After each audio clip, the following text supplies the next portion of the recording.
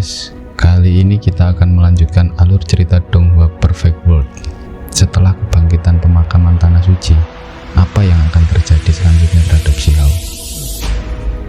Langsung saja kita ke alur ceritanya.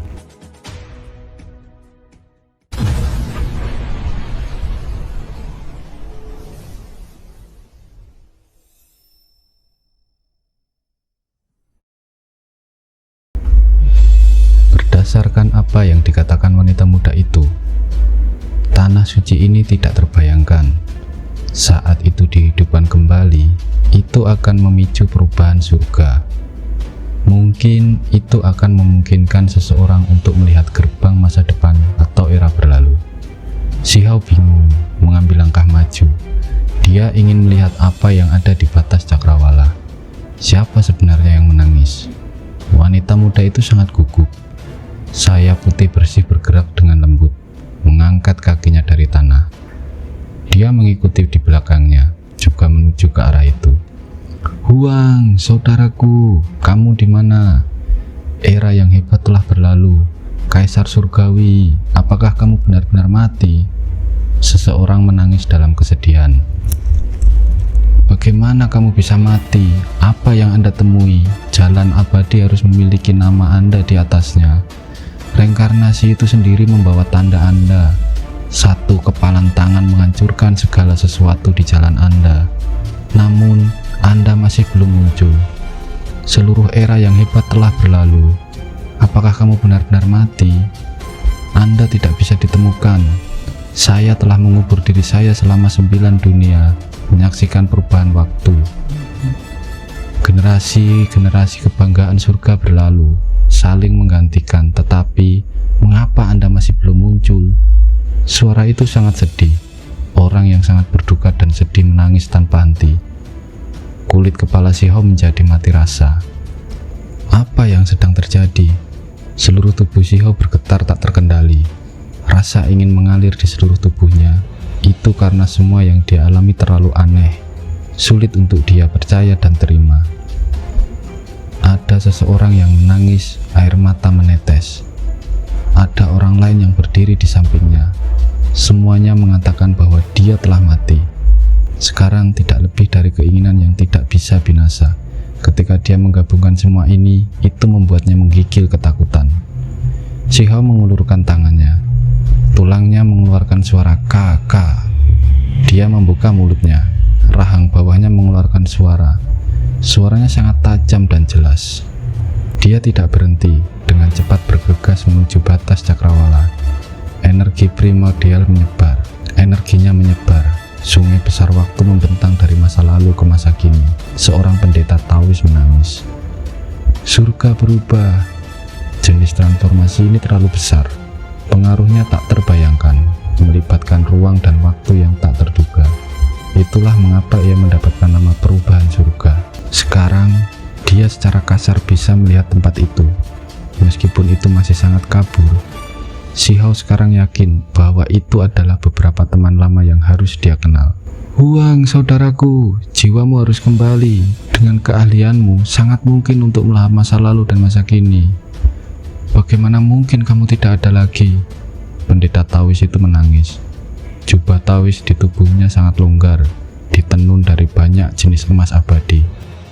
Ini adalah satu set pakaian berharga yang tak tertandingi. Tapi sekarang, itu benar-benar compang-camping, membawa jejak darah. Dia jelas mengalami pertempuran berdarah. Jika tidak, bagaimana armor pertempuran emas abadi yang tak tertandingi bisa terkoyak? Siapa yang bisa menghentikanmu? Siapa yang bisa menyakitimu? Keabadian itu sendiri telah meninggalkan namamu di atasnya. Semua negeri sekarang masih menyebut namamu. Satu pedang memotong waktu tanpa akhir. Di mana kamu? Meskipun ini adalah ahli yang tak terbayangkan disertai dengan energi abadi yang kaya, dia masih terisak-isak, mengguncang sungai sampai ombak menghambur ke langit. Suara rengekan membawa emosi, membawa penyesalan dan kesedihan yang tak ada habisnya untuk seorang teman lama yang lewat. Ada begitu banyak negeri kuno. Bumi yang besar ini sangat luas, tapi saya masih belum menyerah. Bahkan jika saya harus menggali seluruh dunia, Menggali semua kuburan besar dari zaman kuno, saya akan menemukan Anda. Dia mengulangi lagi dan lagi. Si Hao menggigil dalam hati. Jika dia benar-benar mati, itu pasti tidak akan tenang seperti ini. Namun, dia merasakan sedikit kesedihan di dalam, juga sedikit terharu. Apakah dia benar-benar mati?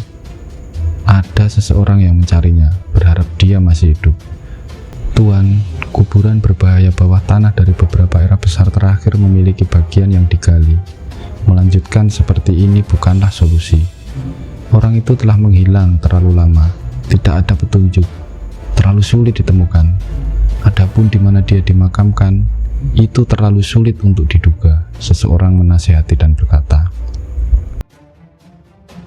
Setelah si Hao mendengar ini, dia menjadi tidak bisa berkata-kata. Itu karena dia tidak melihat orang kedua, hanya melihat pendeta Taois gemuk yang menangis dan tidak jelas. Pergantian surga terjadi, sungai waktu yang panjang terkoyak, tetapi tidak semua orang akan mengambil bentuk dan menjadi terlihat. Hanya mereka yang kekuatannya mengguncang dunia yang bisa lihat, ucap ksatria mayat hidup wanita. Tuan, saatnya untuk pergi. Musuh akan segera datang. Kita harus bertarung. Kami tidak selalu bisa membenamkan diri di masa lalu. Apa yang kamu mengerti? Saudaraku masih hidup. Apakah Anda memahami era paling kelam dalam sejarah? Apakah Anda memahami bentrokan yang menentukan dari beberapa era besar? Kamu tidak tahu apa-apa. Pendeta Taois dikelilingi oleh energi abadi yang kaya, kekuatan magis yang tak tertandingi. Namun, ketika dia mengkritik muridnya, nadanya benar-benar tidak seperti individu yang mampu. Tuan, Anda juga tidak tahu tentang hal ini kan? Adapun periode ini terlalu kacau. Tidak ada seseorang pun dari generasi selanjutnya yang dapat mengatakan dengan tepat apa yang terjadi. Hanya beberapa rumor. Anda harus memahami bahwa ada semua jenis ucapan. Bahkan sekarang, tidak ada kesimpulan akhir yang tercapai. Ada banyak jenis rumor, dari sesuatu tentang seseorang yang memelihara sekelompok burung punik, memperlakukan mereka seperti ayam, menunggu telur setiap hari untuk dimakan, sesuatu tentang melintasi beberapa era besar, mayat kuno yang selalu melayang di luar angkasa, sesuatu tentang raja mayat hidup yang disegel di dalam peti matinya yang dan dilepaskan, sesuatu tentang monster tua yang tertidur di dalam beberapa immortal lensen, sesuatu tentang bagaimana dua era besar yang lalu tubuh itu diretas menjadi 6 bagian. Murid itu segera mengatakan banyak hal. Setelah berhenti sejenak untuk mengambil nafas, dia melanjutkan. Orang-orang dan hal-hal ini, jika ada yang nyata, mereka tidak akan terbayangkan. Dapatkah mereka benar-benar dipercaya? Terlebih lagi, bagian yang paling konyol adalah Tuan itu. Anda mengatakan bahwa orang-orang dan hal-hal ini hanyalah percikan kecil di periode paling gelap itu, bahwa gelombang besar yang sebenarnya, pencapaian yang benar-benar luar biasa ratusan kali, 1000 kali lebih konyol. Aku benar-benar tidak bisa membayangkannya. Aku juga tidak berani membayangkannya. Pendeta Taois segera menampar bagian belakang kepala murid ini dan berkata, "Kamu berani meragukan yang tua ini? Dasar bocah kecil tidak tahu berterima kasih. Begitu banyak legenda, namun hanya peti mati 3 dunia yang tersisa. Satu-satunya hal yang konkret. Selain itu, Anlan dan Sutuo juga jelas, yang lainnya tidak memiliki bukti. Izinkan saya memberitahu Anda sekarang, periode sejarah yang sebenarnya tidak hanya 100 kali lebih gila dari ini, tetapi berkali-kali lebih banyak. Era itu benar-benar melampaui semua yang diketahui orang." Pendeta Taois itu menghela nafas panjang. Murid itu bertanya dengan tidak yakin, "Tuan, Anda hanya mendengar rumor juga. Ini tidak seperti Anda mengalaminya sendiri. Apa alasan Anda harus begitu yakin?" "Yang lama ini sudah lama lahir di masa itu. Beritahu saya jika saya mengalami sesuatu," ucap pendeta Taois sangat tidak puas. "Masa bodoh, guru jangan berpikir bahwa saya tidak tahu." Untuk beberapa alasan, meskipun murid ini dimarahi, dia tidak terlalu takut pada pendeta Taois yang gemuk. Dia mengerutkan bibirnya, bergumam pelan, "Aku sudah lama mendengar tentang ini. Tubuhmu mungkin kuno, Tapi pada saat itu, kamu sudah dikuburkan oleh seseorang. Jadi kamu tidak akan pernah menyaksikan waktu yang paling gelap dan paling kacau sama sekali. Omong kosong. Yang tua ini melakukan perjalanan tanpa hambatan melalui langit di atas dan bumi di bawah. Saat itu, meski saya masih muda, saya masih mengambil tindakan sebelumnya, jawab pendeta Taois yang gemuk sambil melebarkan matanya. Kenapa aku mendengar Tuhan itu digali oleh seseorang dari dunia bawah, bahwa kamu tidak pernah mengalami hal semacam itu? Selain itu, Anda tertidur lelap, melakukan transformasi mayat daging. Setelah tahun-tahun tak berujung berlalu, semua musuhmu mati, menang dan mencapai keabadian dengan cara ini, jawab murid itu dengan suara lembut. Dengan suara "Pak", Taois gendut itu memberinya tamparan lagi dari belakang kepalanya dan berkata, "Yang tua ini mengguncang dunia, dibudidayakan selama bertahun-tahun tanpa akhir. Apa yang Anda tahu?" "Guru," saya katakan, "apakah Anda benar-benar Anda? Apakah Anda masih Anda dari era Huang? Anda tidak seharusnya benar. Mengapa Anda memiliki tekad seperti itu? Merasa seperti Anda harus menemukan teman lama itu." Murid itu menghela nafas ringan, ingin berbagi beban emosional. "Anda tidak mengerti. Apakah Anda pikir saya benar-benar digali dari dunia bawah? Kenyataannya adalah bahwa saya telah menghadapi reinkarnasi selama ini. Keinginan saya mengalami 9 dunia, 10 dunia atau lebih. Saya mengalami bertahun-tahun dunia luar tidak bisa membayangkan.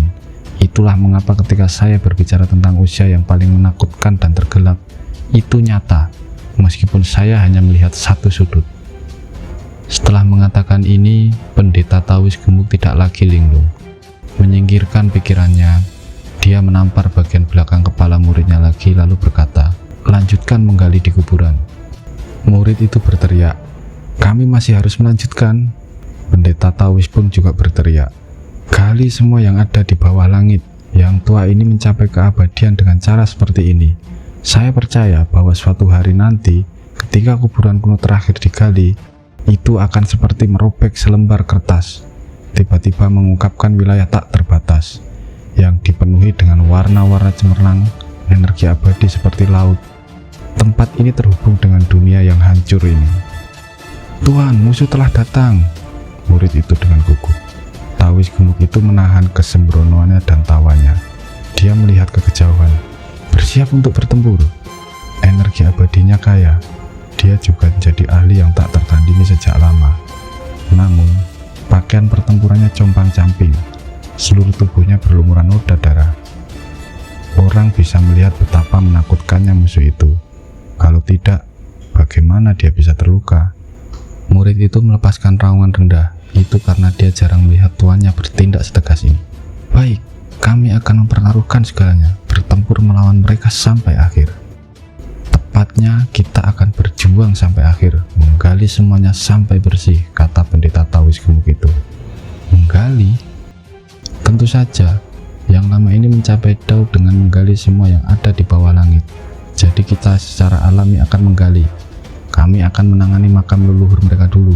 Pendeta Taois gemuk memiliki ekspresi tegas di wajahnya, mengatakan ini dengan sangat serius. Murid itu segera menjadi putus asa. Awalnya berpikir bahwa tuannya akan bertarung dengan berani. "Ayo, kita akan meluncurkan serangan kita, bertarung dengan yang lama ini. Kami akan menggali kuburan leluhur mereka dulu." Pendeta Taois gemuk itu langsung membawa muridnya menghilang dari tempat ini. Murid itu tahu bahwa musuh di belakang terlalu kuat, dan sekarang mereka mengepung. Mundur adalah pilihan terbaik.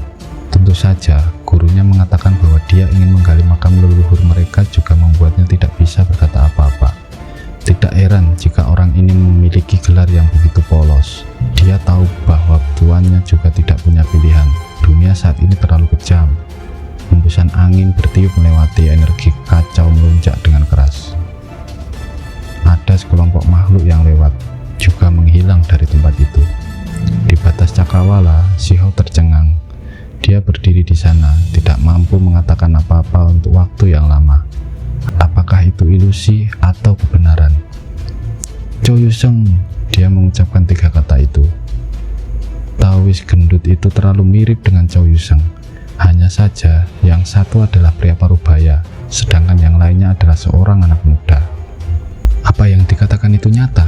Xiao mengepalkan tinjunya. Itu karena ini terlalu mempengaruhi sudut dari situasi besar yang mencakup generasi tanpa akhir. Seharusnya nyata, Satria mayat hidup wanita berkata. Saya putih bersih bergerak lembut di belakangnya. Dia juga melihat ke arah di mana sosok itu menghilang.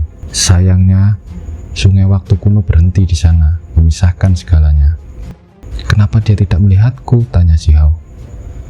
Perubahan surga terlalu rumit, terlalu dalam dan tak terbayangkan. Tidak ada yang benar-benar memahaminya. Seringkali tempat ini dapat menyaksikan surga berubah, tetapi pihak lain mungkin tidak dapat melakukan hal yang sama, ucap wanita muda itu. Tadi, murid pendeta Taois yang gemuk itu bahkan tidak sepenuhnya terbentuk. Mereka hanya bisa melihat pendeta Taois yang gemuk itu menangis di dalam kuburan kuno. Chou Yuseng, teriak Xiao. Xiao berteriak ke danau kuno itu ingin memanggil orang itu kembali. Seseorang, beritahu aku apa yang terjadi, teriak Xiao kembali. Tiba-tiba, sesosok muncul terbentuk di tepi sungai kuno. Itu sangat kabur, dikelilingi oleh energi abadi, aneh dan kuat. Justru pendeta Taois gendut itu, dia muncul lagi. Aneh, kenapa aku mendengar seseorang memanggilku dengan nama dunia masa laluku? Dia berkata pada dirinya sendiri. Chou gendut, Chou Yuseng, teriak Xiao, suaranya seperti guntur, mengguncang seluruh tanah suci wilayah pemakaman kuno ini. Seluruh tubuh pendeta Taois gemuk di sisi lain berlumuran darah. Dia bingung, merasakan sesuatu. Muridnya berkontraksi lalu dia berkata pelan, mungkinkah sebuah pintu? Tiba-tiba, tubuhnya bergerak dengan kuat. Seluruh tubuhnya bersinar. Cahaya abadi melonjak, menakutkan tak tertandingi. Dia segera melewati sungai kuno itu melihat ke arah ini. Dia memperhatikan situasi di sini. Pada saat ini, di tulang Xiao, daging muncul kembali. Saat itu, lemak Taois itu bergetar. Dia melihat Xiao. Seluruh tubuhnya seolah disambar petir. Langsung tercengang, bibirnya sedikit gemetar.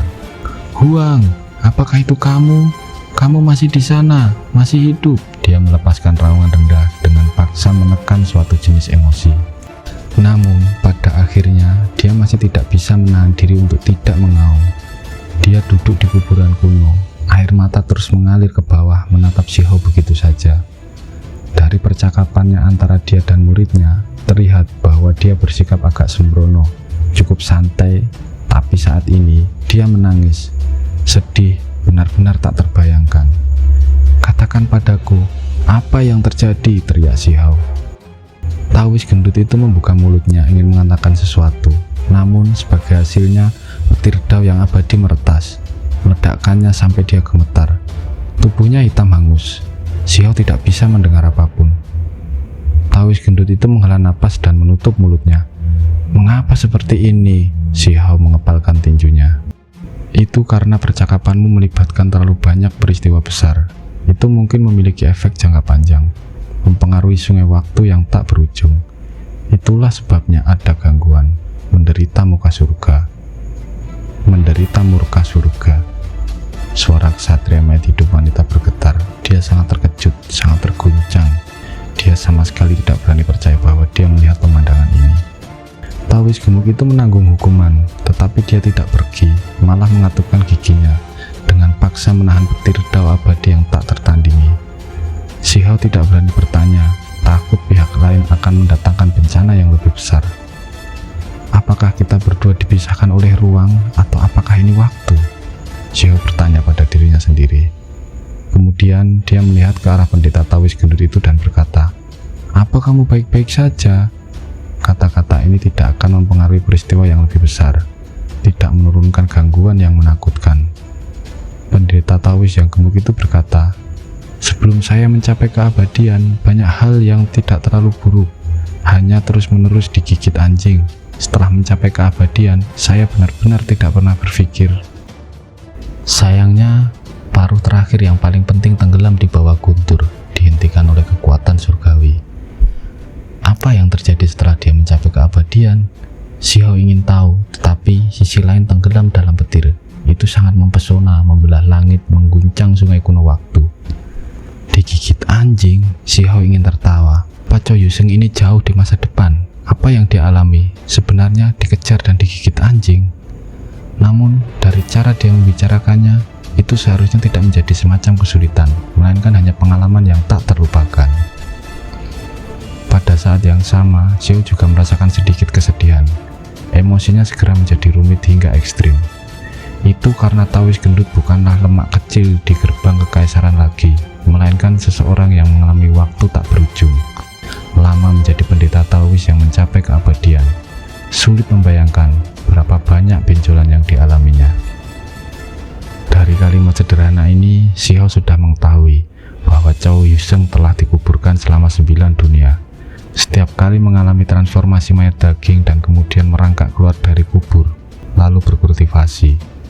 Betapa kejamnya ini, seseorang yang hidup harus dikuburkan di bawah tanah selama 9 dunia, mengandalkan daging untuk mengembangkan kecerdasan, menjalani transformasi mayat, dan kemudian melanjutkan hidup seperti itu, mengumpulkan dunia demi dunia seperti ini. Setiap dia mengalami transformasi mayat, itu akan menjadi awal dari kehidupan baru. Mengalami semua jenis urusan fana, perubahan kehidupan, semua jenis emosi, dan semua yang ditawarkan dunia. Setelah meninggalkan kuburan dan tinggal di 9 dunia, sepertinya dia mendapatkan banyak cobaan dan berapa banyak dia kehilangan. Setiap dunia memiliki peristiwa yang tak terlupakan, orang-orang yang tak terlupakan, hal-hal yang tidak dapat dipisahkan, namun pada akhirnya dia hanya bisa membiarkan mereka pergi, masuk kuburan sendirian, mengubur dirinya sendiri. Jika dipikir dengan hati-hati, pendeta Taois gemuk ini mengalami terlalu banyak. Meskipun dia mencapai keabadian, berapa banyak penyesalan yang tersimpan di hatinya, hal-hal yang hilang, hal-hal yang telah berlalu, yang tidak akan pernah bisa digenggam atau diingat lagi. Bahkan jika dia akhirnya berdiri di puncak, menjadi sangat mulia dan cemerlang, dan ketika dia berbalik, dia masih akan merasakan kekecewaan dan frustasi. Tawa dan kesedihan masa lalu tidak mungkin untuk dikompensasikan. Belum lagi setelah Cao Yuseng dimakamkan selama 9 dunia seperti ini, setiap kali dia dihidupkan kembali, itu melalui transformasi mayat, reinkarnasi yang aneh. Apakah dia masih dirinya sendiri? Pertanyaan ini mungkin sesuatu yang bahkan dia sendiri tidak ingin hadapi. Bagaimanapun, roh primordial masa lalu telah lama membusuk. Satu-satunya hal yang tetap tidak berubah adalah daging. Tubuh daging yang kuat akan menciptakan kehendak spiritual baru. Meskipun itu akan tumbuh, apalagi mendapatkan hal-hal yang tertinggal di masa lalu, kenangan yang direkam pada artefak lain dan hal-hal lain, dia masih berbeda pada akhirnya. Xiao menghela napas, merasakan sedikit kepahitan di mulutnya. Setelah miliaran tahun, bahkan mungkin era yang hebat telah berlalu, apa yang tersisa? Xiao bertanya pada dirinya sendiri. Dia melihat sosok di sisi lain, bahkan teman lama ini tidak lagi menjadi dirinya sendiri. Xiao tidak tahu berapa tahun berlalu, apa yang akan terjadi, apa yang sebenarnya terjadi. Namun, dia tahu bahwa di bawah pengaruh waktu tanpa akhir, semua teman dekatnya di dunia ini mungkin tidak ada lagi. Mereka mungkin menjadi tua selama berabad-abad, atau mungkin mereka akan jatuh dalam pertempuran. Itu karena dia merasakan sesuatu dari perkataan Cao Yuseng. Hari itu akhirnya akan datang. Huang saudaraku, aku masih aku. Di sisi lain, petir berhenti. Armor abadi Taois gemuk itu compang-camping, tetapi sebagian dari dia berteriak seolah dia bisa menebak apa yang dipikirkan Xiao. Saya tidak melakukan transformasi mayat sederhana. Saya mengolah 9 jejak reinkarnasi, benar-benar mengingat masa lalu. Aku masih aku. Oke guys, sampai di sini dulu